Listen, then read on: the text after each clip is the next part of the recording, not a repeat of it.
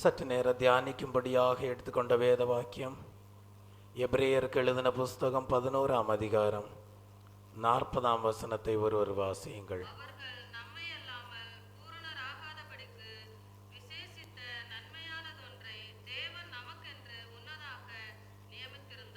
ஸ்தோத்திரம். ஜெபிப்போம்.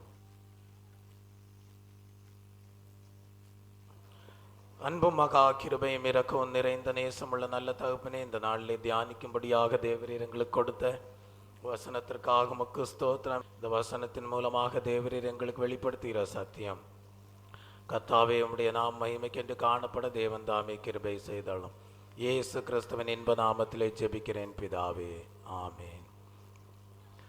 அவர்கள் நம்மை அல்லாமல் பூர்ணராகாதபடிக்கு விசேஷித்த நன்மையானதொன்றை தேவன் நமக்கென்று முன்னதாக நியமித்திருந்தார். கர்த்தருடைய நாமத்திற்கு மகிமை உண்டாவதாக. கடந்த சில வாரங்களாக இந்த வசனத்தை தியானிக்கும்படியாக தேவன் நமக்கு கிருபை செய்தார். அவர்கள் என்று சொல்லப்பட்டிருக்கிறது பழைய ஏற்பாட்டு கால பரிசுத்தவான்கள். நம்மை அல்லாமல் என்று சொல்லப்பட்டிருக்கிறது புதிய ஏற்பாட்டு பரிசுத்தவான்களை காட்டுகிறது. நம்முடைய ஜீவியத்தில் காணப்படுகிற ஏதோ ஒன்று பழைய ஏற்பாட்டு கால பரிசுத்தவான்களை பூர்ணப்படுத்துகிறது என்பதை தியானிக்க தேவன் நமக்கு கிருபை செய்தார். அப்படி தியானித்த வேளையிலே நம்முடைய வாழ்க்கையிலே தேவன் கொடுத்த ரட்சிப்பு பழைய ஏற்பாட்டு கால பரிசுத்தவான்களுடைய ஜீவியத்திலே பூர்ணமாய் இருக்கிறது என்பதை தியானிக்க தேவன் நமக்கு கிருபை செய்து அவர்களுடைய ஜீவியத்திலே அவர்கள் அடைய முடியாததான விசேஷித்த நன்மையான காரியங்களை புதிய ஏற்பாட்டு காலத்திலே வாழ்ந்து வருகிற நம்முடைய ஜீவியத்திலே தேவன் நமக்கு கொடுக்கிற அனுபவத்தின் மூலமாக நாம் விசேஷித்த நன்மையானதை பெற்றுக்கொள்கிறோம் என்பதை தியானிக்க தேவன் நமக்கு கிருபை செய்தார். அப்படி தியானித்த வேளையிலே பழைய ஏற்பாட்டு கால பரிசுத்தவான்கள் விசுவாச வீரர்களாக தேவனுடைய பார்வையிலே பிரியமான ஜீவியம் செய்திருப்பார்களே, ஆனால் அவர்களை பார்க்கிலும் மேன்மையான ஜீவியத்தை நாம் செய்யும் போதுதான் நாம் அவர்கள் அடைய முடியாததான விசேஷித்த நன்மையை பெற்றுக்கொள்ள முடியும் என்பதை தியானிக்க கிருபை செய்தார். அப்படியானால் பழைய ஏற்பாட்டு கால பரிசுத்தவான்களுடைய வாழ்க்கையிலே காணப்படுகிற விசேஷித்த மேன்மையான ஜீவியம் என்ன என்பதை தியானிக்கும் போது அவர்களை காட்டிலும் மேன்மையான ஜீவியத்தை நாம் செய்வதற்கு நமக்கு அது உதவியாய் இருக்கும் என்பதனால் பழைய ஏற்பாட்டு காலத்திலே ஜீவித்து வந்த ஆபேலுடைய வாழ்க்கையை குறித்து தியானிக்க தேவன் நமக்கு கிருபை செய்து வருகிறார். அப்படியே கடந்த சில வாரங்களிலே நாம் ஆபேலுடைய வாழ்க்கையிலே காணப்பட்ட 3 சுபாவங்களை குறித்து தியானிக்க தேவன் நமக்கு கிருபை செய்தார். முதலாவது, ஆபேல் உண்மையுள்ளவனாய் இருந்தான்.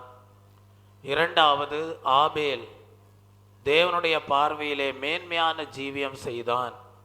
மூன்றாவது, ஆபேலுடைய ஜீவியம் தேவனால் அங்கீகரிக்கப்பட்ட ஜீவியமாக காணப்பட்டது என்பதை தியானிக்க தேவன் கிருபை செய்து நம்முடைய ஜீவியமானது பழைய ஏற்பாட்டு காலத்திலே மனசாட்சி காலத்திலே வாழ்ந்து வந்த ஆபேலுடைய உண்மையை பார்க்கிலும் அதிகமாக காணப்பட வேண்டும். ஆபேலுடைய மேன்மையான ஜீவியத்தை பார்க்கிலும் நம்முடைய ஜீவியம் அதிக மேன்மை உள்ளதாய் இருக்க வேண்டும். ஆபேல் தேவனால் அங்கீகரிக்கப்பட்டது போல அதை பார்க்கிலும் நம்முடைய ஜீவியமானது தேவனுடைய பார்வையிலே ஜீவ பலியாக ஏற்றுக்கொள்ளப்பட்டதாக, பிரியமானதாக, அங்கீகரிக்கப்பட்டதாக காணப்பட வேண்டும் என்பதை தியானிக்க தேவன் நமக்கு கிருபை செய்தார். இந்த நாளிலே ஆபேலிலே காணப்பட்ட 4வது அனுபவம் நான்காவது திவ்ய சுபாவத்தை குறித்து தியானிக்க தேவன் நமக்கு கிருபை செய்வாராக. வேதத்திலே படிக்கிறோம், ஆபேல் தேவனிடத்திலே நீதிமான் என்று சாட்சி பெற்றான் என்று படிக்கிறோம்.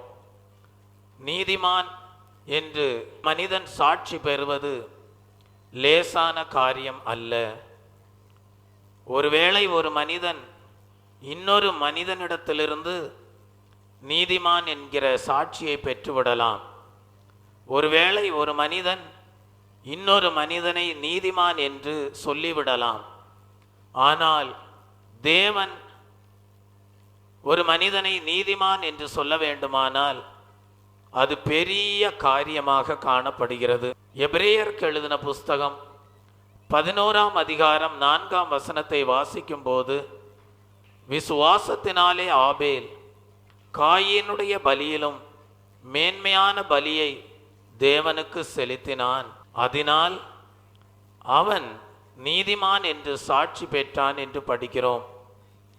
இந்த வசனத்தின் மூலமாக ஆபேல் தேவனிடத்திலே நீதிமான் என்று சாட்சி பெற்று கொண்டான் என்று நாம் அறிந்து கொள்கிறோம். அப்படியானால் தெய்வ பிள்ளையே, நீதிமான் என்று சாட்சி பெறக்கூடிய ஜீவியம் ஆபேல் செய்திருப்பானே, ஆனால் நாம் இந்த பூமியிலே நீதிமானாக ஜீவிக்க வேண்டும் என்றுதான் கர்த்தர் எதிர்பார்க்கிறார். பழையற்பாட்டு காலத்து பரிசுத்தவானாகிய, மனசாட்சி காலத்து பரிசுத்தவானாகிய ஆபேல் தேவனுடைய பார்வையிலே நீதிமானாக காணப்பட்டிருப்பானே, ஆனால் நாம் அதை பார்க்கிலும் தேவனுடைய பார்வையிலே நீதிமான்களாக விளங்க பண்ண வேண்டியது மிகவும் அவசியமாயிருக்கிறது. அப்பொழுதுதான் அவர்கள் அடையக்கூடாததான விசேஷித்த நன்மையை நாம் பெற்றுக்கொள்ள முடியும். அவர்கள் சென்றடையக்கூடாததான விசேஷமான மேன்மையான வாசஸ்தலத்தை நாம் அடையவும் முடியும். அப்படியானால் அந்த விசேஷித்த மேன்மையான மகத்துவமான அந்த நித்திய ராஜ்யத்திலேயே மிகவும் மேன்மையான வாசஸ்தலத்தை நாம் அடைய வேண்டுமானால்,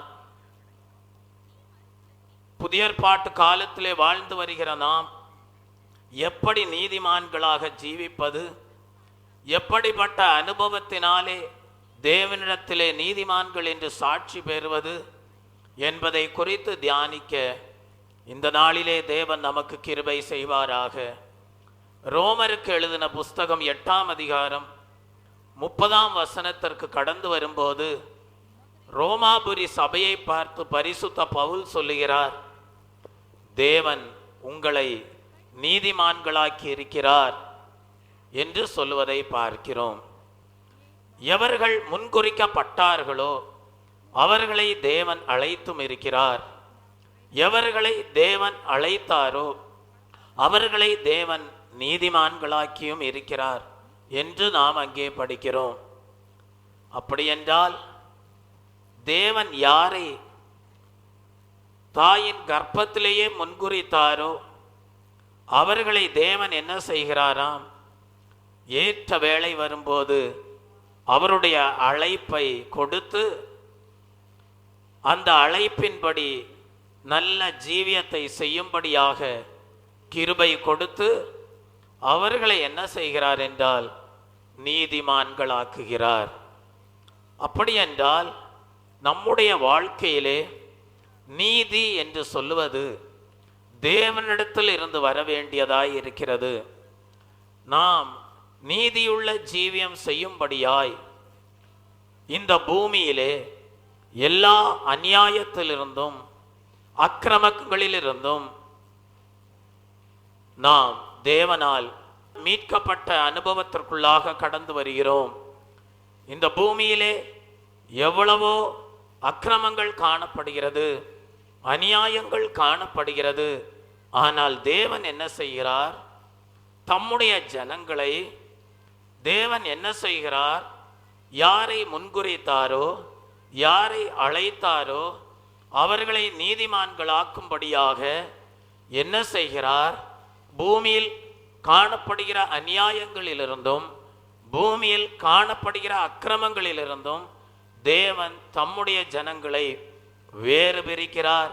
தேவன் தம்முடைய ஜனங்களை மீட்பதாக நாம் இந்த இடத்திலே அறிந்து கொள்கிறோம்.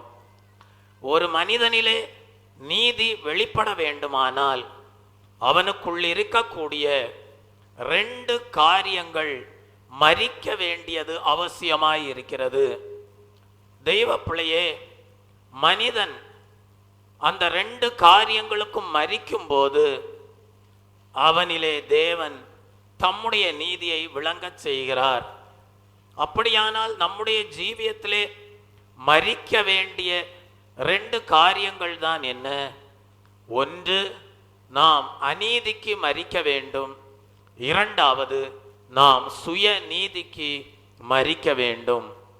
எப்போது அநீதி ஒரு மனிதனை விட்டு விலகி போகிறதோ அப்பொழுது அவன் நீதி செய்ய ஆரம்பிக்கிறான். அப்படியானால் இந்த அநீதி என்று சொல்லுவதுதான் என்ன என்று வேதத்தை தியானித்து பார்க்கும்போது, அநீதி எல்லாம் பாவம்தான் என்று வேதத்திலே வாசிக்கிறோம். நீதிமானாக்கப்பட ஒரு மனுஷன் என்ன செய்ய வேண்டும் என்றால் பாவத்திற்கு மரிக்க வேண்டும். அப்பொழுதுதான் அவன் நீதிமானாக்கப்படுகிறான். பரிசுத்த பவுல் வேதத்திலே சொல்லும்போது சொல்லுகிறார், முற்காலங்களிலே நீங்கள் அக்கிரமங்களிலும் பாவங்களிலும் மரித்திருந்தீர்கள் என்று சொல்லுகிறார். முற்காலங்களிலே பாவங்களிலும் அக்கிரமங்களிலும் நீங்கள் மரித்திருந்தீர்கள். ஆனால் பாவங்களிலும் அக்கிரமங்களிலும் மரித்திருந்த உங்களை நீதிமானாக்கும்படியாக அந்த அநீதியாகிய பாவங்களிலிருந்தும் அந்த அநீதியாகிய அக்கிரமங்களிலிருந்தும் மீட்டு கொள்ளும்படியாக தேவன் என்ன செய்தார் என்றால், அந்த பாவத்திற்காக அந்த அக்கிரமங்களுக்காக உங்களை மரிக்க வைத்தார். பாவங்களுக்கும் அக்கிரமங்களுக்கும் மரித்திருந்த உங்களை அதே பாவங்களுக்காகவும் அக்கிரமங்களுக்காகவும் மரிக்க வைத்தார். இதுதான் தேவனுடைய சத்தியம். இதுதான் தேவனுடைய வசனமாயிருக்கிறது. தேவன் கொடுத்த கட்டளையினாலே, தேவன் கொடுத்த கற்பனையினாலே தேவன் உங்களுடைய வாழ்க்கையிலே என்ன செய்தார் என்றால், பாவத்திலும் அக்கிரமங்களிலும் மரித்திருந்த உங்களை அதே பாவத்திற்காகவும் அதே அக்கிரமங்களுக்காகவும் மரிக்க வைத்தார். தெய்வ பிள்ளையே, எப்படி நீங்கள் பாவத்திற்கு மரித்தீர்கள், எப்படி நீங்கள் அக்கிரமத்திற்கு மரித்தீர்கள், எப்படி அப்படிப்பட்ட ஒரு மரணத்திற்குள்ளாக சென்று எப்படி நீங்கள் அநீதியிலிருந்து மீட்கப்பட்டீர்கள் என்று தியானிக்கும் போது பரிசுத்த பவுல் ரோமருக்கு எழுதின புஸ்தகம் 6ஆம் அதிகாரம் 11ஆம் வசனத்திலே சொல்லுகிறார், அப்படியே நீங்களும் உங்களை பாவத்திற்கு மரித்தவர்களாகவும் நம்முடைய கர்த்தராகிய இயேசு கிறிஸ்துவுக்குள் தேவன் என்று பிழைத்திருக்கிறவர்களாகவும் எண்ணிக்கொள்ளுங்கள் என்று சொல்லுகிறார். உங்களுடைய சிந்தனையிலே ஒரு எண்ணம் காணப்பட வேண்டும். அந்த எண்ணம் என்னவென்றால், பாவத்திற்கு மரித்தேன், அக்கிரமத்திற்கு மரித்தேன், அநீதியிலிருந்து மீட்கப்பட்டேன் என்று நீங்கள் என்ன செய்ய வேண்டுமாம்? எண்ணிக்கொள்ள வேண்டுமாம். தெய்வ பிள்ளையே, அப்படிப்பட்ட எண்ணத்தை உங்களுடைய வாழ்க்கையிலே இந்த நாளிலே தேவன் கொடுத்தபடியினால்தான் நீங்கள் தேவனுடைய சமூகத்திலே காணப்படுகிறீர்கள். உங்களிடத்திலே இன்றைக்கு உங்களுடைய சாட்சியை பற்றி சொல்லுங்கள் என்று கேட்டால் நீங்கள் என்ன சொல்லுவீர்கள்? பரிசுத்த பவுல் எடுத்துரைத்ததை போல நீங்கள் என்ன சொல்லுவீர்கள்? முற்காலங்களிலே நாங்கள் பாவத்திலே மரித்து கொண்டிருந்தோம், அக்கிரமத்திலே மரித்து கொண்டிருந்தோம், பாவத்திலேயும் அக்கிரமத்திலேயும் மரித்து கொண்டிருந்த எங்கள் ஆத்துமாவை தேவன் அநீதியிலிருந்து மீட்கும்படியாக என்ன செய்தார்? அதே பாவத்திற்காக அதே அக்கிரமத்திற்காக மரிக்க வைத்தார். Praise the Lord. அப்படி பாவத்திற்காகவும் அக்கிரமங்களுக்காகவும் மரித்ததாக நீங்கள் எண்ணிக்கொள்ளக்கூடிய அனுபவத்திற்குள் கொண்டு வரும்படியாக தான் தேவன் உங்களை ஞானஸ்நான சத்தியத்திற்குள்ளாக கடந்து போக பண்ணினார். ஞான ஸ்நானம் என்கிற சத்தியத்தின் மூலமாக இன்றைக்கு உங்களுக்குள்ளாக தேவன் ஒரு எண்ணத்தை கொடுத்திருக்கிறார்.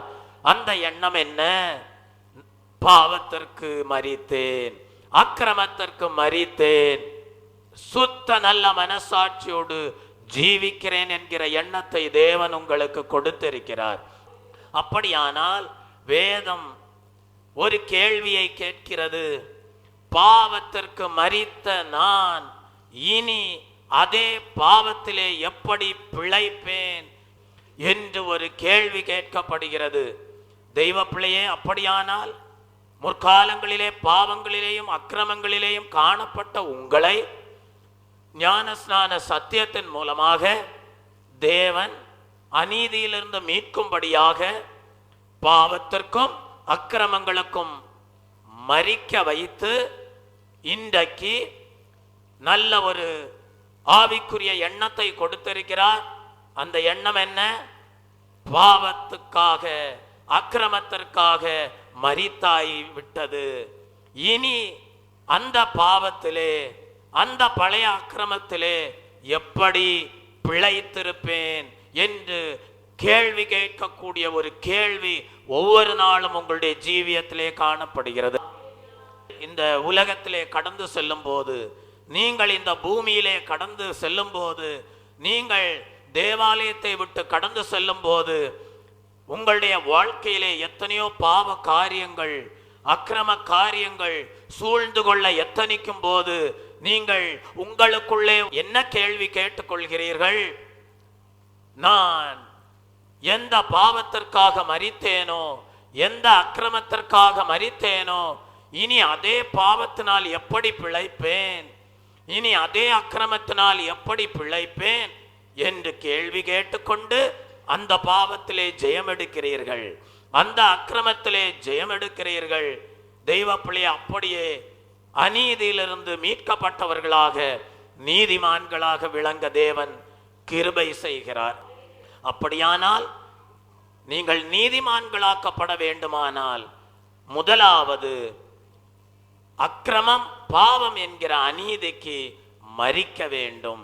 இரண்டாவதாக வேதம் சொல்லுகிறது, நீங்கள் சுய நீதிக்கு மரிக்க வேண்டும் என்று வேதத்திலே படிக்கிறோம். ஒவ்வொரு மனிதனுக்கும் என்ன உண்டென்றால் சுய நீதி உண்டு. ஒவ்வொரு மனிதனும் தன்னை நீதிகரித்துக் கொள்ளும்படியாக சுய நீதியை உடையவனாயிருக்கிறான். ஆனால் வேதம் சொல்லுகிறது, நீ என்றைக்கு அந்த சுய நீதியை விடுகிறாயோ அன்றைக்கு நீ நீதிமான் ஆக்கப்படுவாய், அன்றைக்கு நீ தேவனால் நீதிமான் என்று சாட்சி பெறுவாய். மனிதனுடைய சுய நீதியை தொடும்போதுதான் அவனுடைய சுபாவம் வெளிப்படும். தெய்வ பிள்ளையே, அப்படியானால் கொஞ்சம் கொஞ்சமாக மனிதனுடைய சுயநீதி அழிக்கப்படும் போது அவன் நீதிமானாக்கப்படுகிறான். அப்படியானால் இந்த சுயநீதியை குறித்து வேதம் என்ன சொல்லுகிறது? எங்களுடைய நீதியெல்லாம் அழுக்கான கந்தையை போல் இருக்கிறது என்று வேதம் சொல்லுகிறது. எந்த ஒரு மனிதனும் தன்னுடைய சுய நீதியினாலே தன்னை நீதிகரித்துக் கொள்ள வேண்டும் என்று எண்ணுவானே ஆனால், விரும்புவானே ஆனால், வேதம் சொல்லுகிறது அவனுடைய சுயநீதி அழுக்கான கந்தையை போல தேவனுடைய பார்வையிலே காணப்படுகிறது. அப்படியானால் மனிதன் அந்த அழுக்கான கந்தையை களைந்து விட்டால்தான் அவன் தேவனுடைய நீதியை தரித்து கொள்ள முடியும். சுய நீதிக்கு ஒரு மனிதன் மரித்தால்தான் தேவனுடைய நீதியை அடைய முடியும். தெய்வ பிள்ளையே, ஆதியிலே ஆதாமும் ஏவாளும் பாவம் செய்த போது, சாத்தானால் வஞ்சிக்கப்பட்ட போது, அவர்கள் தேவனுக்கு முன்பாக நிற்க இயலாதவர்களாக தாங்கள் நிர்வாணிகளாய் இருப்பதை அறிந்து தேவனுக்கு முன்பாக தங்களை நிலை நாட்டிக் கொள்ளும்படியாக சுயமாக என்ன செய்தார்கள் என்றால் அத்தி இலைகளினாலே அரைக்கச்சையை உண்டு பண்ணி தேவனுக்கு முன்பாக நின்றார்கள். ஆனால் தேவனுடைய பார்வையிலேயோ பாவம் செய்த மனிதன் அத்தி இலைகளினாலே அரைக்கச்சையை உண்டு பண்ணி கொண்டு தேவனுக்கு முன்பாக நின்றிருந்தது அவனுடைய சுயநீதியை தான் வெளிப்படுத்தக்கூடியதாக காணப்பட்டது. உங்கள் எல்லாருக்கும் தெரியும், வெயில் ஏற ஏற, உஷ்ணம் ஏற ஏற என்ன செய்யும்? அத்தி இலைகள் காய்ந்து போய் அவைகளெல்லாம் உதிர்ந்து போய்விடும். அதை தான் வேதம் சொல்லுகிறது.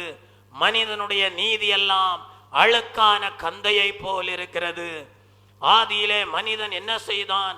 தான் பாவம் செய்த போது தான் நிர்வாணியாயிருப்பதை அறிந்து கொண்டு தன்னை தேவனுக்கு முன்பாக நீதியரித்துக் கொள்ளக்கூடிய எண்ணத்தோடு அத்தி இலைகளாலே அரைக்கச்சையை உண்டு பண்ணினான்.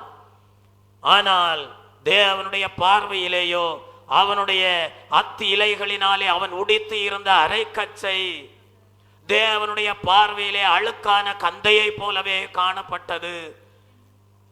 தெய்வ பிள்ளையே, உஷ்ணம் ஏற ஏற எப்படி அத்தி இலைகள் உதிர்ந்து விழுந்து அது தேவனுடைய பார்வையிலே நீதிக்குரிய வஸ்திரமாய் இல்லாதபடி காணப்பட்டதோ, அதை போல இன்றைக்கும் மனிதன் என்ன செய்கிறான்? பாவத்தை செய்கிறான், அக்கிரமத்தை செய்கிறான். தன்னை நீதிகரித்துக் கொள்ளும்படியாக தான் விரும்பினபடி தேவனுக்கு முன்பாக தன்னை நீதிமானாக காட்டும்படியாக அத்தி இலைகளை அரைக்கச்சையாக இதோ உடுத்திக் கொள்வது போல தன்னுடைய சுய நீதியினாலே தேவனிடத்திலே நீதிமான் என்று சாட்சி எடுக்கலாம் என்று எண்ணுகிறான். ஆனால் தேவன் சொல்லுகிறார், உன்னுடைய சுயநீதி எல்லாம் அழுக்கான கந்தையை போல காணப்படுகிறது. நீ என்றைக்கு அதை களைந்து போடுகிறாயோ அன்றைக்கு தேவனுடைய நீதியினாலே தரிப்பிக்கப்படுவாய். என்றைக்கு அந்த சுயநீதியை நீ விட்டு விட்டு தேவனே உம்முடைய நீதியினால் என்னை தரிப்பியும் என்று நீ தேவனை நோக்கி மன்றாடுகிறாயோ அன்றைக்கு தேவன் தம்முடைய நீதியின் வஸ்திரத்தினாலே உன்னை தரிப்பிக்கிறார். Praise the Lord. அப்படியானால் தெய்வ பிள்ளையே, அன்றைக்கு மனிதனுடைய பரிதாபகாரமான நிலையை கண்ட தேவன், மனிதனுடைய அழுக்கான கந்தையை கண்ட தேவன், மனிதனுடைய தெய்வ பிள்ளைய சுய நீதியை கண்ட தேவன், அன்புள்ள தேவன், இரக்கமுள்ள தேவன், கிருபையுள்ள தேவன், காருண்யம் நிறைந்த தேவன், மனிதனுடைய அத்தி இலைகளினாலே செய்யப்பட்ட அரை கச்சைகளை களைய செய்து அவனுடைய ஜீவியத்திலே தேவ நீதியினால் தரிப்பிக்கும்படியாக என்ன செய்தார்? ஒரு மிருகத்தை பலி செலுத்தி அந்த மிருகத்தினுடைய தோலினாலே அவனுக்கு ஒரு அரைக்கச்சையை உடுத்தி கொடுத்தார். இப்பொழுது பாவம் செய்த மனிதன் சுய நீதியினாலே உருவாக்கி கொண்ட அத்தி இலைகளினாலே கொண்ட சுய நீதியாகிய வஸ்திரத்தை களைந்து போட்டுவிட்டு தேவன் கொடுத்த தோலினால் உண்டாக்கப்பட்ட ஆடையை தரித்து கொண்டான் என்று வேதம் சொல்லுகிறது.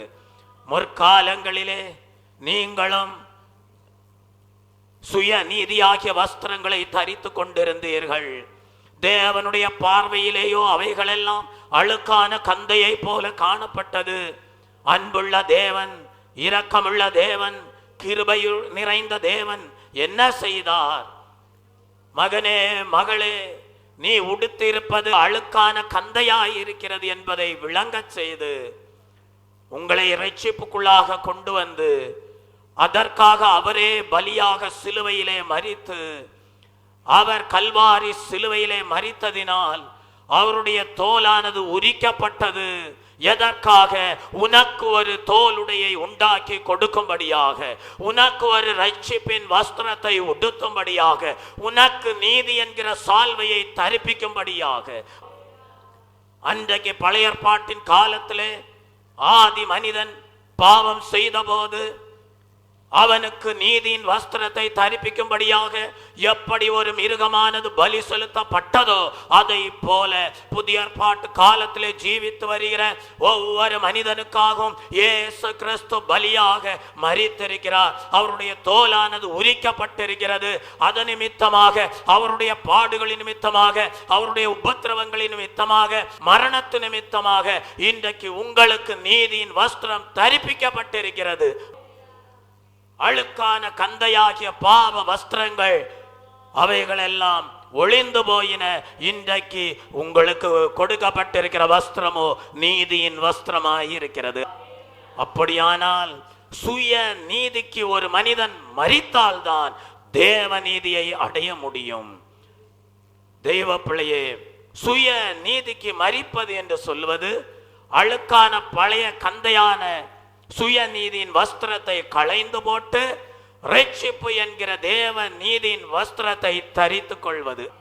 அப்படிதான் முற்காலங்களிலே பாவங்களிலேயும் அக்கிரமங்களிலேயும் சுய நீதியிலேயும் வாழ்ந்து வந்து கொண்டிருந்த உங்களை தேவன் அதே பாவங்களுக்காக, அதே அக்கிரமங்களுக்காக, அதே அநீதிக்காக மரிக்க செய்து இன்றைக்கு தேவ நீதியின் வஸ்திரங்களோடு தேவ நீதிக்குள்ளாக கொண்டு வந்து நீதிமான்களாக்கி இருக்கிறார்.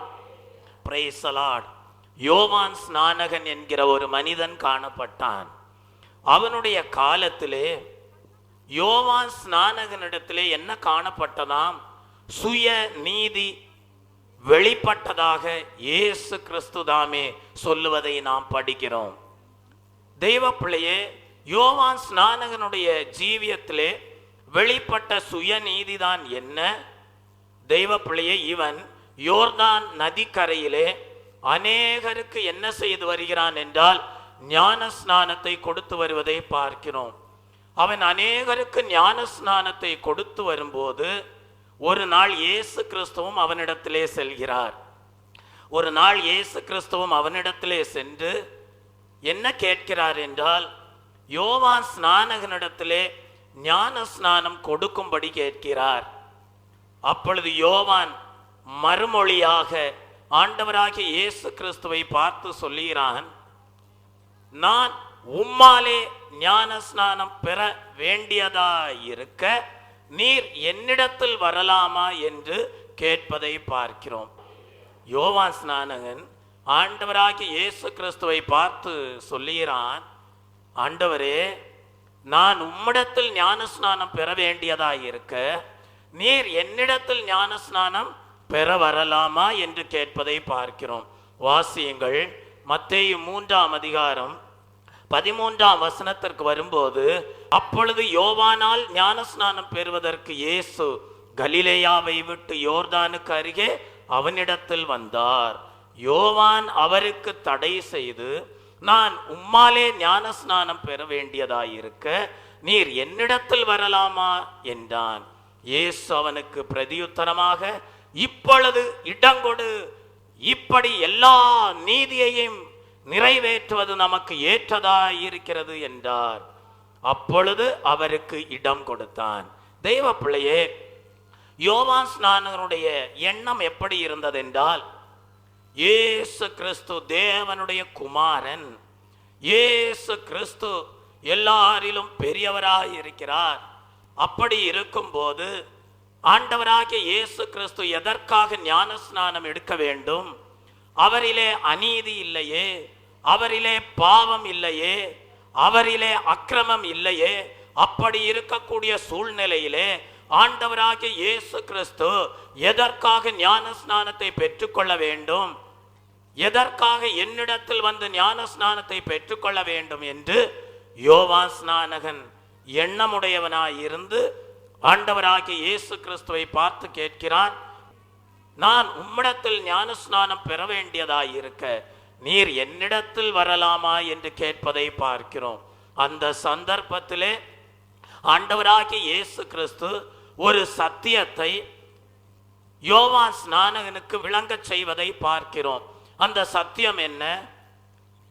இந்த முழு உலகத்தில் உள்ள ஒவ்வொரு மனிதனும் தேவனுடைய கற்பனைகளையும் தேவனுடைய கட்டளைகளையும் நிறைவேற்றி செல்வது அவனுடைய வாழ்க்கையிலே தேவனுடைய நீதியை உண்டாக்கும் என்பதை யோவான் ஸ்நானகனிடத்திலே விளக்குவதை பார்க்கிறோம்.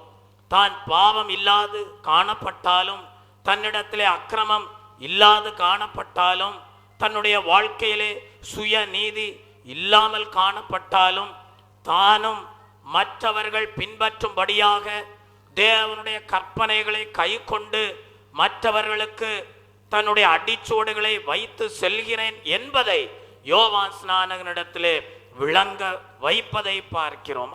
Praise the Lord.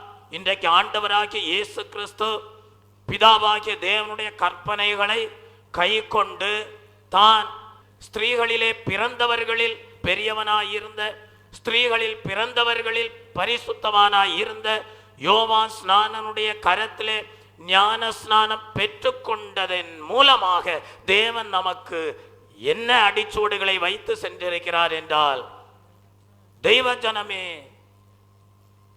நாம் எல்லாரும் மாத்திரமல்ல, இந்த முழு உலகத்தில் உள்ள ஒவ்வொரு மனிதனும் தேவனுடைய நீதிக்குள்ளாக கடந்து வரும்படியாக, தங்களுடைய பாவத்திற்கு மரிக்கும்படியாக, தங்களுடைய அக்கிரமத்திற்கு மரிக்கும்படியாக, தங்களுடைய சுயநீதிக்கு மரிக்கும்படியாக கிறிஸ்து காட்டி சென்ற அடிச்சோடுகளை பின்பற்றி ஒவ்வொரு மனிதனும் ஞான ஸ்நானத்தை பெற்றுக்கொண்டு தேவ நீதியை தரித்து கொள்ள வேண்டும் என்பதை தேவன் விளங்க செய்தார். அப்பொழுது யோவான் ஸ்நானகன் என்ன செய்தானாம்? இதோ 15ஆம் வசனத்திலே ஆண்டவராகிய இயேசு கிறிஸ்து பிரதியுத்தரமாக சொல்லுகிறார், இப்பொழுது இடங்கொடு, இப்படி எல்லா நீதியையும் நிறைவேற்றுவது நமக்கு ஏற்றதாய் இருக்கிறது என்று. எல்லா நீதியையும் என்று சொல்லும் போது தேவாதி தேவன் நம்மை அவருடைய நீதிக்குள்ளாக கொண்டு வரும்படியாக வைத்த சத்தியம்தான் ஞானஸ்நான சத்தியம். அந்த ஞானஸ்நான சத்தியத்திற்குள்ளாக நாம் கடந்து போகும்போது கிறிஸ்துவின் மரணத்திற்குள்ளாகி இதோ தெய்வ பிள்ளைய பாவங்களுக்காக நாம் மரித்து நாம் என்ன செய்கிறோம் என்றால், அவருடைய உயிர்த்தெழுதலின் சாயலுக்கு பங்குள்ளவர்களாக, புது சிருஷ்டியாக, மரித்தோரிலிருந்து எழும்பின அனுபவத்தோடு நாம் என்ன செய்கிறோம்? தேவனுடைய நீதிக்குள்ளாக கொண்டு வரப்படுகிறோம். தேவனுடைய நீதியின் வஸ்திரங்களை தரித்து கொள்கிறோம். நீதிமான்களாக தேவனிடத்தில் சாட்சி பெறும்படியான தெய்வ பிள்ளைய தொடக்க அனுபவத்திற்குள்ளாக கடந்து வருகிறோம். Praise the Lord. அப்படியானால் இன்றைக்கு நீங்கள் யாரும் தேவனிடத்திலே கேள்வி கேட்கக்கூடாது. எதற்காக ஞான ஸ்நானம் பெற வேண்டும்? எங்களுடைய ஜீவியத்திலே பாவம் இல்லை, எங்களுடைய ஜீவியத்திலே அக்கிரமம் இல்லை, எங்களுடைய ஜீவியத்திலே சுயநீதி இல்லை என்று ஒரு மனிதனும் சொல்ல இயலாது. ஆகவே முழு மனுக்குலமும் தங்களுடைய சுயநீதியை களைந்து போடும்படியாக, தங்களுடைய பாவங்களிலிருந்து விடுதலையாக்கப்படும்படியாக, தங்களுடைய அக்கிரமத்திற்கு மரிக்கும்படியாக தேவன் கொடுத்த ஞானஸ்நான சத்தியத்திற்கு கீழ்ப்படிய வேண்டியவர்களாக காணப்படுகிறார்கள். அப்படி கீழ்ப்படிந்து ஜீவிக்கும் போது பரிசுத்த பவுல் சொல்லுகிறார், எண்ணிக்கொள்ளுங்கள். எப்படி எண்ணிக்கொள்ளுங்கள்? நீங்கள் பாவத்திற்கு மரித்தவர்களாக எண்ணிக்கொள்ளுங்கள். நீங்கள் கிறிஸ்து இயேசுவுக்குள் தேவனுக்கென்று பிழைத்திருக்கிறவர்களாக எண்ணிக்கொள்ளுங்கள் என்று சொல்லுகிறார். சும்மா எண்ணிக்கொள்ள முடியாது. ஒரு அனுபவம் இல்லாமல் எண்ணிக்கொள்ள முடியாது. அப்படி எண்ணிக்கொண்டால் அது மாயையாக காணப்படும், அது பொய்யாக காணப்படும். ஆனால் இங்கே பரிசுத்த பவுல் எண்ணிக்கொள்ளுங்கள் என்று சொல்லும் போது, எண்ணிக்கொள்வதற்கு முன்பாக அந்த பாவத்திற்கு மரிப்பதற்காக, அந்த அக்கிரமத்திற்கு மரிப்பதற்காக, அந்த சுயநீதிக்கு மரிப்பதற்காக என்ன செய்ய வேண்டும் என்பதையும், ஆண்டவராகிய இயேசு கிறிஸ்து என்ன செய்தார் என்பதையும், பாவம் இல்லாதவரே, அக்கிரமம் இல்லாதவரே, அநீதி இல்லாதவரே செய்து காட்டினார் என்றால், முழு மனுக்குலத்திலே காணப்படுகிற ஒவ்வொரு மனிதனும் செய்து நிறைவேற்ற வேண்டிய ஒரு காரியத்தை தேவன் விளக்கி கொடுக்கிறார். அதற்கு கீழ்ப்படிய செய்துவிட்டு சொல்லுகிறார். அந்த ஞானஸ்நான சத்தியத்திற்கு கீழ்ப்படிய செய்துவிட்டு சொல்லுகிறார், இப்பொழுது எண்ணிக்கொள்ளுங்கள். எப்படி எண்ணிக்கொள்ளுங்கள்? கிறிஸ்து இயேசுவுக்குள் தேவனுக்கென்று பிழைத்திருக்கிறோம். அப்படி கிறிஸ்து இயேசுவுக்குள் தேவனுக்குள் பிழைத்திருக்கும் போது இனி பழைய பாவத்திலே எப்படி நான் பிழைப்பேன், பழைய அக்கிரமத்திலே நான் எப்படி பிழைப்பேன், பழைய சுயநீதியிலே நான் எப்படி பிழைப்பேன் என்கிற கேள்வி ஒவ்வொரு நாளும் உங்கள் ஜீவிய காலத்திலே எழும்பிக் கொண்டே இருக்க வேண்டும். அப்படி எழும்புமேயானால் அந்த ஞானஸ்நான சத்தியத்தின் மூலமாக தேவன் உங்களுக்கு கொடுக்கிற அனுபவம் உங்களை நீதிமானாக்குகிறது. பேதுரு என்கிற ஒரு மனிதன் காணப்பட்டான். பேதுருடைய ஜீவியத்தை நாம் பார்க்கும்போது இவன் தேவனுக்கு பிரியமான ஒரு சீஷனாக காணப்பட்டான். இயேசு கிறிஸ்துவுக்கு அன்பான சீஷனாக எண்ணப்பட்டான்.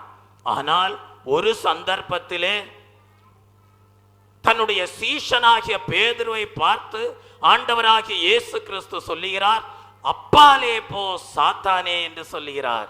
காரணம் என்ன தெரியுமா? தன்னுடைய சீஷனாகிய பேதுருவுக்குள்ளாக சுய நீதி கிரியை செய்வதை கண்ட ஆண்டவராகிய இயேசு கிறிஸ்து சொன்னார், அப்பாலே போ சாத்தானே என்று சொன்னார். பேதுருடைய வாழ்க்கையிலே எப்படி சுயநீதி கிரியை செய்தது என்று தியானிக்கும் போது ஆண்டவராகிய இயேசு கிறிஸ்து தம்முடைய சிலுவை மரணத்தை பற்றியும் தாம் அடைய போகிற பாடுகளை குறித்தும் தம்முடைய சீஷர்களுக்கு எடுத்து கூறின போது ஆண்டவராகிய இயேசு கிறிஸ்து மரிப்பதை விரும்பாத பேதுரு சொல்லுகிறான், இயேசுவே உமக்கு இப்படி நேரிடக்கூடாது என்று.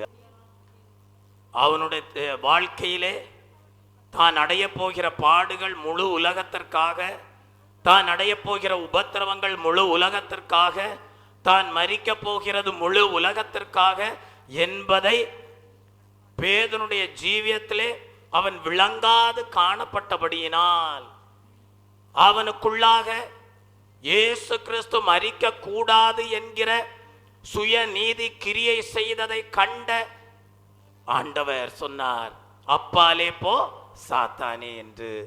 இப்படிதான் ஒவ்வொரு மனிதனுடைய வாழ்க்கையிலேயும் தேவன் ஒரு சித்தத்தை வைத்திருக்க, மனிதனோ தன்னுடைய சுயநீதி நிறைவேற வேண்டும் என்று போராடி கொண்டே இருக்கிறான்.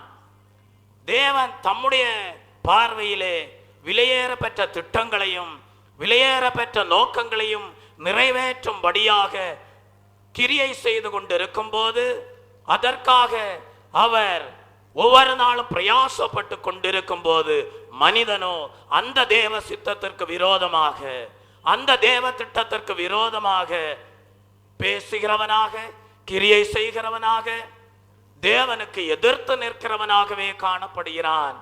அந்த வேளையிலே தேவன் மனிதனுக்கு விளங்க செய்யக்கூடிய சத்தியம் என்ன தெரியுமா? மனிதனே, நீ தேவ திட்டத்துக்கு விரோதமாக பேசுகிறாய். மனிதனே, நீ தேவ சித்தத்திற்கு விரோதமாக கிரியை செய்கிறாய். இது உன்னுடைய சுய நீதியாக காணப்படுகிறது. உன்னுடைய சுய நீதிக்கு நீ மரிக்க வேண்டும். அப்பொழுது நீ நீதிமானாக்கப்படுவாய். Praise the Lord. தெய்வ பிள்ளையே, இங்கே இயேசுவின் மீது பரிதாபப்படுவதை போல தன்னுடைய சுயநீதியை பேதுரு வெளிப்படுத்துகிறான். ஆனால் தேவனுடைய பார்வையிலேயோ அவனுடைய சுயநீதி அழுக்கான கந்தையை போல காணப்பட்டது. நீ அந்த சுயநீதிக்கு மரிக்க வேண்டும் என்கிற சத்தியத்தை விளங்க செய்யும்படியாக அப்பாலே போ சாத்தானே என்று சொல்வதை பார்க்கிறோம். அப்படி என்றால் பேதுரு சாத்தான் அல்ல. பேதுருவுக்குள்ளாக அந்நேரத்திலே கிரியை செய்து கொண்டிருந்த சுயநீதியின் எண்ணம் சாத்தானுடைய சிந்தையாக, சாத்தானுடைய எண்ணமாக காணப்பட்டது. ஆகவேதான் அவனுக்குள்ளாக கிரியை செய்து கொண்டிருந்த சாத்தானின் எண்ணத்தை அப்பாலே போ சாத்தானே என்று சொல்கிறார். இதிலிருந்து தேவன் நமக்கு விளங்க செய்கிற ஒரு சத்தியம் என்ன தெரியுமா? நீ தேவனுடைய பிள்ளையாய் இருக்கலாம், நீ தேவனுடைய மனிதனாய் இருக்கலாம், நீ தேவனுடைய மனுஷியாய் இருக்கலாம். எப்பொழுதெல்லாம் தேவ சித்தத்திற்கு விரோதமான சுய எண்ணங்களுக்கு, சுய யோசனைகளுக்கு நீ இடம் கொடுக்கிறாயோ, அந்த நேரத்திலே உன்னிலே கிரியை செய்து கொண்டிருப்பது சாத்தானுடைய எண்ணங்கள் தான். அவைகளுக்கு நீ அப்பாலே போ என்று சொல்ல வேண்டும். அப்பொழுது நீ தேவ நீதியை பாதுகாத்துக் கொள்வாய். அப்பொழுது நீ தேவ நீதியிலே வளருவாய். அப்பொழுது தேவனுடைய பார்வையிலே நீதிமான் என்று சாட்சி பெறுவாய். இந்த சத்தியத்தை நாம் லூக்கா எழுதின சுவிசேஷ புஸ்தகம் 16ஆம் அதிகாரம் 21 முதல் 23 வசனங்கள் வரைக்கும் வாசிக்கும் போது அறிந்து கொள்கிறோம். தெய்வ பிள்ளையே, அடுத்தபடியாக பரிசுத்த பவுல் என்கிற ஒரு மனிதன் காணப்பட்டான். அந்த பரிசுத்த பவுலை குறித்து என்ன சொல்லப்பட்டிருக்கிறது என்றால், அவன் சுய நீதியுடையவனாக இருந்ததாக தன்னை குறித்தே அவன் சொல்லுவதை பார்க்கிறோம். பரிசுத்த பவுல் ஒரு தேவ மனிதனாக காணப்பட்டான். ஆனால் அதே பரிசுத்த பவுல் நீதிமானாவதற்கு முன்பாக, தேவனுடைய பார்வையிலே நீதிமானாவதற்கு முன்பாக பரிசுத்த பவுல் எப்படி காணப்பட்டானாம்? சுய நீதிக்குள்ளாக காணப்பட்டானாம். அவனுடைய சுய நீதி தேவனுடைய பார்வையிலே அழுக்கான கந்தையை போலவே தான் காணப்பட்டது. தெய்வ பிள்ளையே, அப்படியானால் பரிசுத்த பவுலுடைய ஜீவியத்திலே அவனிடத்திலே காணப்பட்ட சுய நீதியாகிய மேன்மைதான் என்ன? இன்றைக்கு மனிதன் தன்னுடைய வாழ்க்கையிலே அநேக காரியங்களை மேன்மையாக எண்ணுகிறான். ஆனால் அவைகளெல்லாம் தேவனுடைய பார்வையிலே சுய நீதியாகவே காணப்படும், அழுக்கானவைகளாகவே காணப்படும். அதை பரிசுத்த பவுலுடைய வாழ்க்கையிலிருந்து நாம் அறிந்து கொள்கிறோம். பரிசுத்த பவுல் தன்னுடைய வாழ்க்கையிலே காணப்பட்ட மேன்மையான காரியங்களை மிகவும் மேன்மையானதாக எண்ணிதான் வாழ்த்து கொண்டிருந்தான். ஆனால் தேவன் அவனுடைய வாழ்க்கையை நீதிமானாக்கும்படியாக, பவுலே, உன்னுடைய வாழ்க்கையிலே நீ எதை மேன்மையாக எண்ணிக்கொண்டிருக்கிறாயோ அவைகளெல்லாம் அற்பமும் குப்பையுமானவைகள் என்று எண்ணும்படியாக செய்தார். ஆகவே பரிசுத்த பவுல் சொல்லுகிறான், நான் நீதிமானாக்கப்படுவதற்கு முன்பாக இப்படிப்பட்ட காரியங்களை எல்லாம் மேன்மையாக எண்ணிக்கொண்டிருந்தேன். ஆனால் கிறிஸ்துவின் நீதிக்குள்ளாக வரும்படியாக, கிறிஸ்துவின் நீதியை தரித்து கொள்ளும்படியாக, கிறிஸ்துவை பற்றின பூரண அறிவை பெற்றுக்கொள்ளும்படியாக முற்காலங்களிலே நான் எதை மேன்மையாக எண்ணிக்கொண்டிருந்தேனோ அவைகளை நஷ்டமும் குப்பையுமாக எண்ணுகிறேன் என்கிறார். பிலிப்பியருக்கு எழுதின புஸ்தகம் 3ஆம் அதிகாரம் 5ஆம் வசனத்திலிருந்து 11ஆம் வசனம் வரைக்கும் படிக்கும் போது அந்த சத்தியத்தை நாம் விளங்கிக் கொள்கிறோம். பரிசுத்த பவுல் சொல்லுகிறான், நான் 8ஆம் நாளில் விருத்த சேதனம் அடைந்தவன், இஸ்ரவேல் வம்சத்தான், பென்யமீன் கோத்திரத்தான், எபிரேயரில் பிறந்த எபிரேயன், நியாய பிரமாணத்தின்படி பரிசேயன், பக்தி வைராக்கியத்தின்படி சபையை துன்பப்படுத்தினவன். அந்நாட்களிலே கிறிஸ்தவ ஜனங்களை, கிறிஸ்தவ சபைகளை பவுல் துன்பப்படுத்துகிறவனாகவே தான் காணப்பட்டிருந்திருக்கிறான். நியாய பிரமாணத்திற்குரிய நீதியின்படி குற்றம் சாட்டப்படாதவன் என்று தன்னை குறித்து சொல்லுகிறான். நியாய பிரமாணத்தின்படி புதிய ஏற்பாட்டு காலத்திலே வாழ்ந்து வந்த பவுல் சொல்லுகிறான், நியாய பிரமாணத்தின்படி நான் எல்லாவற்றையும் கை கொண்டேன், 10 கட்டளைகளை கை கொண்டேன், தேவனால் கொடுக்கப்பட்ட கற்பனைகளை எல்லாம் கை கொண்டு குற்றம் சாட்டப்படாதபடி ஒரு வாழ்க்கையை நான் வாழ்ந்தேன். எதன்படி? நியாய பிரமாணத்தின்படி அப்படி வாழ்ந்தேன் என்று சொல்லுகிறான்.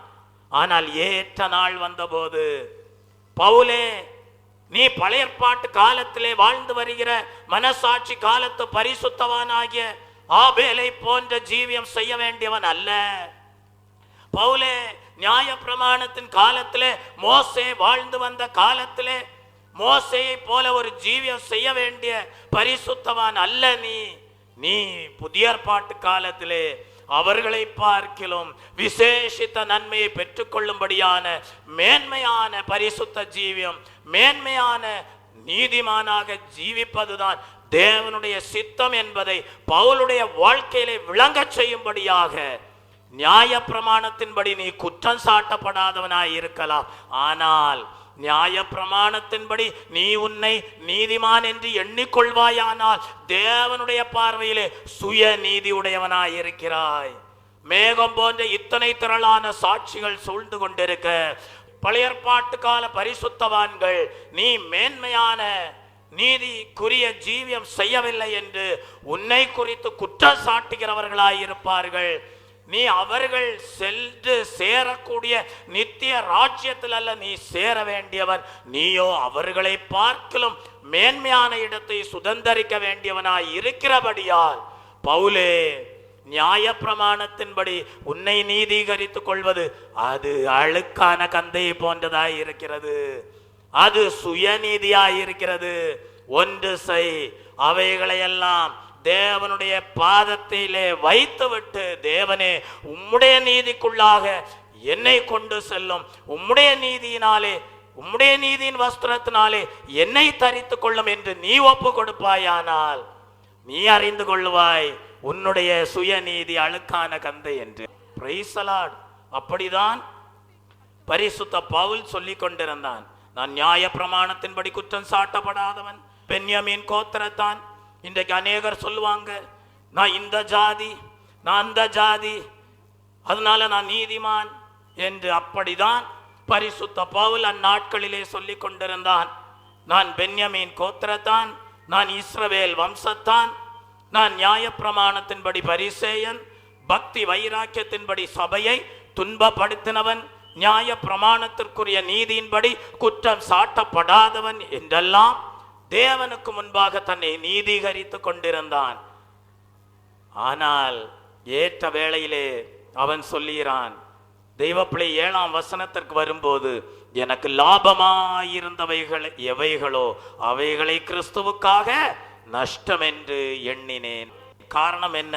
8ஆம் வசனத்திலே சொல்லுகிறான், என் கர்த்தராகிய இயேசு கிறிஸ்துவை அறிகிற அறிவின் மேன்மைக்காக எல்லாவற்றையும் நஷ்டம் என்று எண்ணிக்கொண்டிருக்கிறேன். அப்படின்னா எந்த ஒரு மனிதன் இயேசு கிறிஸ்துவை அறிந்து கொள்ள வேண்டும் என்கிற எண்ணத்தோடு தன்னுடைய ஜீவியத்திலே தான் மேன்மையாக எண்ணிக்கொண்டிருக்கிற சுயநீதியை குப்பையாக என்றைக்கு எண்ணுகிறானோ அன்றைக்குதான் இயேசு கிறிஸ்துவினால் நீதிமானாக்கப்படுகிறான். காரணம், இயேசு கிறிஸ்துவை குறித்த பூரண அறிவை பெற்றுக் கொள்கிறான்.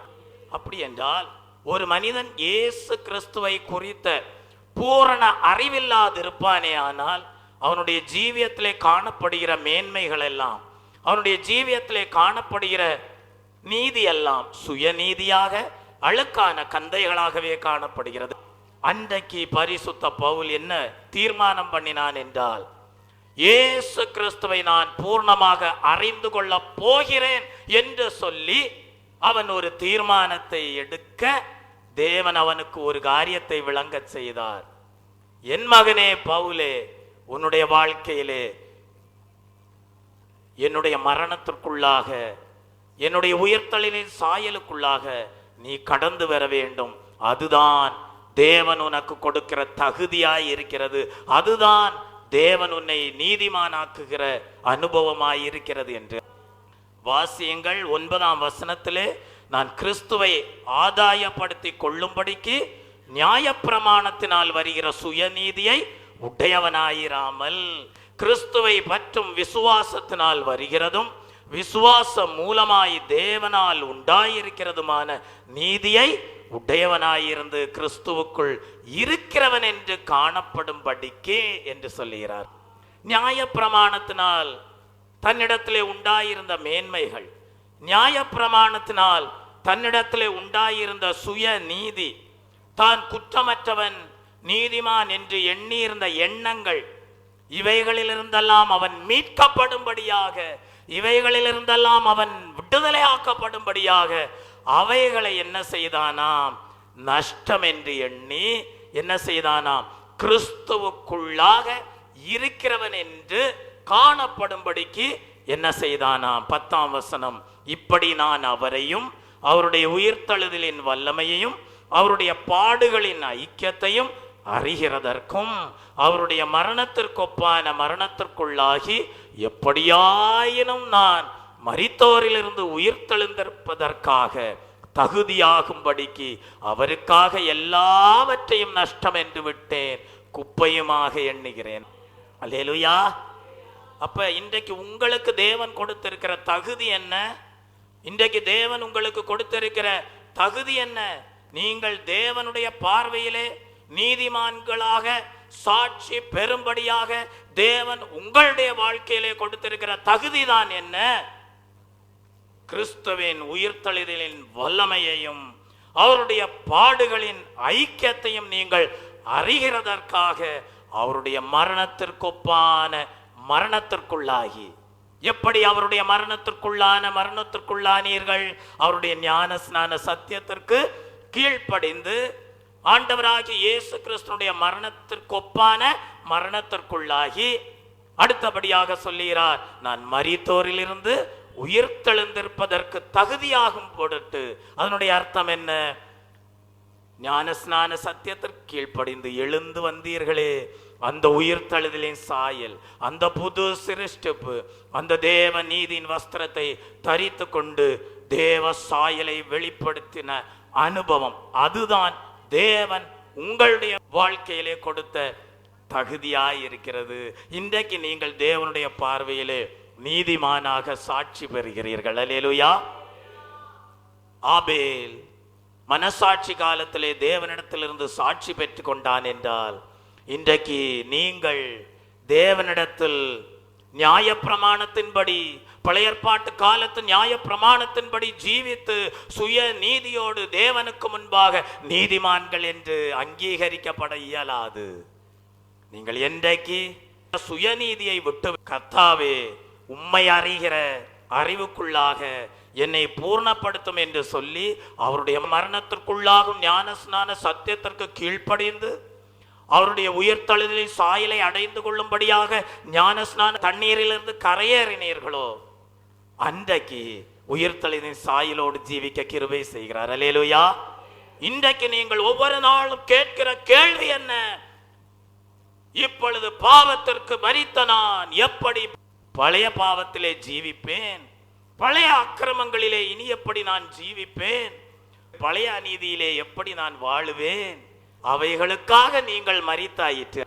பாவம் அப்படியே தான் இருக்கிறது, அநீதி அப்படியே தான் இருக்கிறது, அக்கிரமங்கள் அப்படியே தான் இருக்கிறது. ஆனால் அந்த பாவத்திற்காகவும் அக்கிரமத்திற்காகவும் அநீதிக்காகவும் நீங்கள் மரித்தாயிற்று. மரித்தபடியினால் இன்றைக்கு தேவனுடைய சமூகத்திலே தேவனால் நீதிமான்கள் என்று எண்ணப்படுகிறீர்கள். எண்ணிக்கொள்ளுங்கள் என்கிறார். Praise the Lord. அப்படியானால் தெய்வ பிள்ளையே, உங்களுடைய ஜீவியத்திலே சுய நீதியை களைந்து போடுங்கள். சுய நீதியிலிருந்து மீட்கப்படும்படியாக கொடுக்கப்பட்ட சத்தியம்தான் ஞான ஸ்நான சத்தியம். அப்படியே யோவான் ஸ்நானனுடைய ஜீவியத்தின் மூலமாக தேவன் அவனுடைய வாழ்க்கையிலே எப்படி சுயநீதி கிரியை செய்தது என்பதை விளங்க செய்திருக்கிறார். பேதுருடைய வாழ்க்கையின் மூலமாக எப்படி அவனுடைய ஜீவியத்திலே சுய நீதி கிரியை செய்து கொண்டிருந்தது என்பதை இந்த நாளிலே விளங்க செய்திருக்கிறார். பரிசுத்த பவுலுடைய வாழ்க்கையின் மூலமாக அவனுடைய வாழ்க்கையிலே எப்படி சுயநீதி கிரியை செய்து கொண்டிருந்தது என்பதை இந்த நாளிலே விளங்க செய்திருக்கிறார். உங்களுடைய நீதியை கொண்டு மனுஷரிடத்தில் போராடுவீர்களானால் தேவனுடைய கிருபையை நீங்கள் இழந்து போவீர்கள். ஆனால் ஆண்டவராகிய இயேசு கிறிஸ்துடைய வாழ்க்கையை நாம் பார்க்கும்போது அவர் தன்னுடைய ஜீவியத்திலே எந்த ஒரு காரியத்தையும் சுயநீதியாக வெளிப்படுத்தவில்லை. தன்னுடைய பிதாவாகிய தேவனுடைய நீதியை வெளிப்படுத்துகிறவராக, கிருபை மிகுந்தவராக காணப்பட்டார். கல்வாரி சிலுவை பாடுகளுக்கு முன்பாக ஆண்டவராகிய இயேசு கிறிஸ்துவை யாரிடத்தில் ஒப்பு கொடுக்கிறார்கள் என்றால் பிலாத்துவினிடத்திலே ஒப்பு கொடுக்கிறார்கள். அந்நாட்களிலே பிலாத்து நியாயாசனத்திலே நியாயாதிபதியாக உட்கார்ந்திருந்தான். அப்பொழுது பரிசேயரும் சதுசேயரும் என்ன செய்தார்கள்? இதோ ஆண்டவராகிய இயேசு கிறிஸ்துவை கொலை செய்து விட வேண்டும் என்று சொல்லி அன்றைக்கு நியாயாசனத்திலே உட்கார்ந்திருந்த பிலாத்துவனிடத்திலே ஒப்பு கொடுத்தார்கள் என்று படிக்கிறோம். வாசியுங்கள். மத்தேயு எழுதின சுவிசேஷ புஸ்தகம் 27ஆம் அதிகாரம் 1-2 வசனங்களை வாசிக்கும் போது, விடியற்காலமான போது சகல பிரதான ஆசாரியரும் ஜனத்தின் மூப்பரும் இயேசுவை கொலை செய்யும்படி அவருக்கு விரோதமாக ஆலோசனை பண்ணி அவரை கட்டி கொண்டு போய் தேசாதிபதியாகிய பொந்தியு பிலாத்துவினிடத்தில் ஒப்பு கொடுத்தார்கள். 12ஆம் வசனத்திலே வாசிக்கிறோம், பிரதான ஆசாரியரும் மூப்பரும் அவர் மேல் குற்றம் சாட்டுகையில் அவர் மாறுத்தரம் ஒன்றும் சொல்லவில்லை. அதனுடைய அர்த்தம் என்ன? தான் பாடுகள் ஏற்றுக்கொள்வது தேவனுடைய சித்தத்தின்படிதான் என்பதை அவர் அறிந்திருந்தார். ஆகவே அவர் மீது குற்றம் சுமைத்தின போது அவர் சுயமாக தன்னை நீதீகரித்துக் கொள்ளும்படியாக ஒன்றும் பேசவில்லை. Praise the Lord. அடுத்தபடியாக 13ஆம் வசனத்திலே படிக்கிறோம். அப்பொழுது நியாயாசனத்திலே உட்கார்ந்திருந்த பிலாத்து கேட்கிறான், இயேசுவை பார்த்து கேட்கிறான், இவர்கள் உன்மேல் எத்தனையோ குற்றங்களை சாட்டுகிறார்களே, நீ அவைகளை கேட்கவில்லையா என்று கேட்பதை பார்க்கிறோம். சில காரியங்களை சிலர் உங்களுக்கு விரோதமாக பேசும்போது நீங்கள் நீதிமானாக இருக்கும் பொருட்டு அதெல்லாம் காது கேட்காதவர்கள் போல் இருக்க வேண்டும். அப்பொழுது உங்கள் சுயநீதியை வெளிப்படுத்துகிறவர்களாக அல்ல, தேவ நீதியிலே கடந்து செல்கிறவர்களாய் இருப்பீர்கள். அப்படிதான் அன்றைக்கு ஆண்டவராகிய இயேசு கிறிஸ்துவை பார்த்து நியாயாசனத்திலே உட்கார்ந்திருந்த பிலாத்து கேட்டான், இவர்கள் உம்மை குறித்து இவ்வளவு குற்றம் சாட்டுகிறார்களே, இவைகளையெல்லாம் நீ கேட்கவில்லையா? ஏதாகிலும் இதை குறித்து சொல்ல விரும்புகிறாயா என்று பிலாத்து கேட்டான். அதற்கு அவர் ஒரு மாறுத்தரமும் சொல்லவில்லை, தேவ சித்தத்திற்கு ஒப்பு கொடுத்தார். 14ஆம் வசனத்திலே வாசிக்கிறோம், அவரோ ஒரு வார்த்தையும் மாறுத்தரமாக சொல்லவில்லை. அதனால் தேசாதிபதி மிகவும் ஆச்சரியப்பட்டான். தெய்வ பிள்ளையே, ஆண்டவராகிய இயேசு கிறிஸ்து அவரை குற்றம் சாட்டுகையில் அவைகளிலே தன்னை நீதிகரித்துக் கொள்ளும்படியாக பிலாத்துவுக்கு முன்பாக ஒன்றும் பேசாதிருப்பதை கண்ட பிலாத்து இயேசு கிறிஸ்துவை குறித்து ஆச்சரியப்பட்டான் என்று படிக்கிறோம். தெய்வ பிள்ளையே, அடுத்த வசனம் சொல்லுகிறது, காவல் பண்ணப்பட்டவர்களில் எவனை விடுதலையாக்க வேண்டும் என்று ஜனங்கள் கேட்டுக்கொள்வார்களோ அவனை அவர்களுக்காக விடுதலையாக்குவது பண்டிகை தோறும் தேசாதிபதிக்கு வழக்கமாயிருந்தது. அப்பொழுது காவல் பண்ணப்பட்டவர்களில் பரபாஸ் என்னப்பட்ட பேர் போன ஒருவன் இருந்தான். பொறாமையினாலே அவரை ஒப்பு கொடுத்தார்கள் என்று பிலாத்து அறிந்து அவர்கள் கூடியிருக்கையில் அவர்களை நோக்கி, எவனை நான் உங்களுக்கு விடுதலையாக்க வேண்டும் என்றிருக்கிறீர்கள், பரபாசையோ கிறிஸ்து என்னப்படுகிற இயேசுவையோ என்று கேட்டான். 19ஆம் வசனத்திலே படிக்கிறோம், அவன் நியாயாசனத்திலே உட்கார்ந்திருக்கையில், பிலாத்து நியாயாசனத்தில் உட்கார்ந்திருக்கையில் அவனுடைய மனைவி அவனிடத்தில் ஆள் அனுப்பி, நீர் அந்த நீதிமானாகிய இயேசுவை ஒன்றும் செய்ய வேண்டாம், அவர் நிமித்தம் இன்றைக்கு சொப்பனத்திலே வெகு பாடுபட்டேன் என்று சொல்ல சொன்னாள். அந்த இடத்துல பாருங்க, இந்த ஆசாரியர்கள், மூப்பர்கள், பிரதான ஆசாரியர்கள், இவர்களெல்லாம் இயேசுவை சிலுவையில் அறைய வேண்டும் என்று சொல்லி குற்றம் சாட்டி கொண்டு பிலாத்துவுக்கு முன்பாக நிறுத்தின வேளையிலே இயேசு கிறிஸ்துவும் அவர்களுடைய குற்றச்சாட்டுகளுக்கு ஒரு பதிலும் கொடுக்காதிருந்த வேளையிலே அதே நியாயாசனத்திலே உட்கார்ந்திருந்த பிலாத்துனுடைய மனைவிக்கு தேவன் வெளிப்படுத்தினார். என்னவென்று வெளிப்படுத்தினார்? இயேசு கிறிஸ்து ஒரு நீதிமான். அவர் நீதிமானாயிருந்தும் தன்னுடைய சுயநீதியை வெளிப்படுத்த விரும்பாமல் அவர் மௌனமாயிருக்கிறார் என்பதை அந்த நாளிலே புருஷனாகிய பிலாத்துவுக்கு மனைவி ஆள் சொல்லி செய்தி அனுப்புவதை பார்க்கிறோம். அந்நாட்களிலே பண்டிகை காலங்களிலே என்ன செய்வார்களாம்? சிறைப்பட்டிருக்கிற ஒருவனை விடுதலை ஆக்குவார்களாம். அப்படியே பிலாத்து என்ன எண்ணினான் என்றால், ஜனங்கள் எல்லாரும் இயேசுவை விடுதலையாக்கும்படி சொல்லுவார்கள் என்று எண்ணி அவன் ஒரு கேள்வியை கேட்கிறான். அங்கே கூடியிருந்தவர்கள் மத்தியிலே, இயேசு கிறிஸ்துவை விடுதலையாக்க வேண்டுமா, பரபாசை விடுதலையாக்க வேண்டுமா என்று. எல்லாரும் என்ன சொன்னார்கள்? பரபாசையை விடுதலையாக்கும், இயேசுவை சிலுவையில் அறையும் என்று சொன்னார்கள். அதிலேயும் அவர் மௌனமாய் இருந்து தன்னுடைய சுயநீதிக்கு ஒப்பு கொடுக்காமல் தேவ சித்தத்தை நிறைவேற்றினார். அவருடைய சிலுவை மரணம் இன்றைக்கு நமக்கு ரட்சிப்பை கொண்டு வந்திருக்கிறது. அவருடைய தியாகம் இன்றைக்கு நம்மை நீதியின் வஸ்திரத்தினாலே தரிப்பிக்கப்பட்டதாக நாம் நீதிமான்களாக்கப்பட்டிருக்கிறோம். ஆகவேதான் ஆண்டவராகிய இயேசு கிறிஸ்து சுயநீதிக்கு போராடுகிறவராய் இராதிருந்தபடியினால் அவர் கிருபை உள்ளவர் என்பதை விளங்கச் செய்தார். நீ உன்னுடைய சுயநீதிக்காக போராடுவாயானால் நீ கிருபை பெற்றவனாய் இருக்க முடியாது. ஆனால் அன்றைக்கு ஆண்டவராகிய இயேசு கிறிஸ்து சுயநீதியிலிருந்து விடுபட்டவர், அவர் கிருபை பெற்றவர் என்பதை அன்றைக்கு ஜனங்கள் மத்தியிலே விளங்கச் செய்யும்படியாக, தேவ சித்தத்துக்கு தன்னை ஒப்பு கொடுக்கும்படியாக மௌனமாயிருந்தார். அல்லேலூயா. சுயநீதிக்காக நீங்கள் போராடுவீர்களானால் கிருபையை போக்கடிக்கிறவர்களாக இருப்பீர்கள், கிருபையை இழந்தும் போவீர்கள். நம்முடைய கண்களை மூடுவோம் தெய்வ பிள்ளையே. நாம் பாவத்திலிருந்தும் அக்கிரமங்களிலிருந்தும் சுய நீதியிலிருந்தும் மீட்கப்பட்டவர்கள். நாம் இயேசு கிறிஸ்துவின் இரத்தத்தினாலே கழுவப்பட்டு அவருடைய மரணத்தினால் உண்டான மரணத்திற்குள்ளாகி அவருடைய உயிர்த்தெழுதலின் சாயலிலே பங்கெடுத்தவர்களாய் இருக்கிறோம். ஆபேலுடைய ஜீவியத்திலே காணப்பட்ட நீதிமான் என்கிற அனுபவம் அல்ல இந்நாட்களிலே உன்னுடைய வாழ்க்கையிலே காணப்பட வேண்டியது. அவர்களை பார்க்கிலும் மேன்மையான ஒரு தலபலவரதவதலவே சொந்தலபலவரதவதலவே மேன்மையான நீதிக்குரிய அனுபவங்கள் உன்னுடைய வாழ்க்கையிலே காணப்பட வேண்டும். அப்படிப்பட்ட அனுபவங்களை தேவன் உங்களுக்கு ஞான ஸ்நானத்தின் மூலமாக இயேசு கிறிஸ்துடைய இரத்தத்தின் மூலமாக கொடுத்தபடியால் ஸ்தோத்தரிப்போம். ஸ்தோத்திரம் ஸ்தோத்திரம் ஸ்தோத்திரம் ஸ்தோத்திரம் ஸ்தோத்திரம் ஸ்தோத்திரம் ஸ்தோத்திரம்.